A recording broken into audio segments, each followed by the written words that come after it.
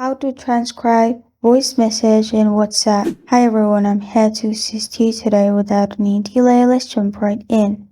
First, open WhatsApp on your device. Make sure you're logged into your account.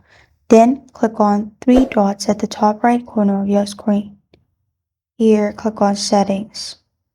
After you click on Settings, click on Chats in here. In Chats, you'll find voice message transcripts. Click on it. Click on Choose Language at the bottom. Then select the language. Press on Set Up Now.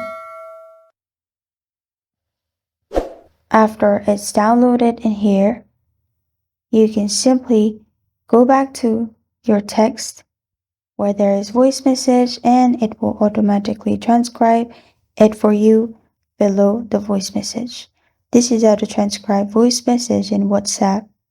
Thank you for joining me today. If this video helps you out, please leave a like and subscribe for more. Got a question or want to suggest a topic? Comment below. Thank you for watching.